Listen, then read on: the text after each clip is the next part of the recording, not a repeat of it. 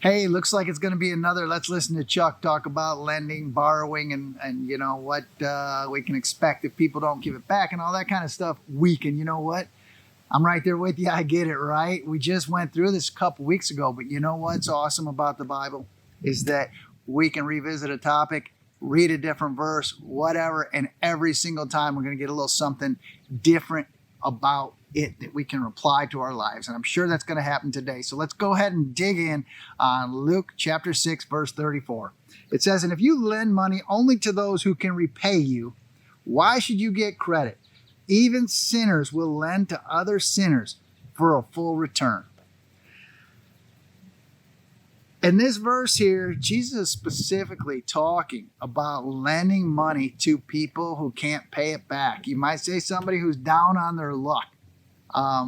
There's industries that surround this in the world, right? Even sinners, that's in the worldly part. Even back in Jesus' day, even now, when people are struggling to maybe meet a commitment, buy food, whatever, there's ways for them to get money.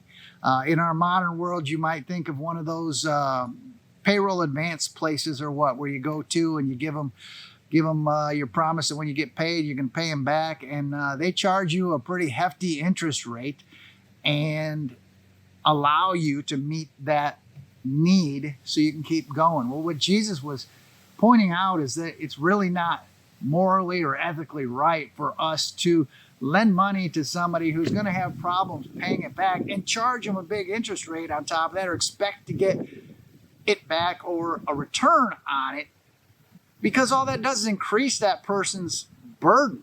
And as Christians, we need to set ourselves apart and act differently than the world, is what Jesus is telling us. That's what every one of these things we've been going through is about, is how we can act different than people who haven't met Jesus yet. And this is a perfect example. Why should you get credit for helping somebody out and expecting it back? That's nothing, right? Anybody can do that. But you know what? The credit he's talking about is the credit that we get in heaven when we say, "Hey man, here, have it. I don't need it. You need it more than me. God bless me with this, and I want to share it with you, that you might not have such a burden in life. It might ease your burden."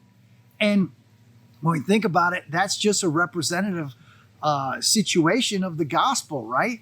Because we have a debt that we couldn't pay, and Jesus paid it for us and said, "Hey, you're free from that now." So anytime we can do this kind of stuff, like helping other people out or giving them something that will help them in their walk, even if it makes us suffer to some extent, that it increases their joy, their life. That's what it's about. That is what sets us apart as Christians. And that's, in a nutshell, what Jesus is talking about here. That give abundantly, that people might be blessed through God's goodness and his blessings to us. And people will see that and they will say, "I want to know this God that you know." That's about it for this week. We'll catch you next week on Wednesday Wisdom.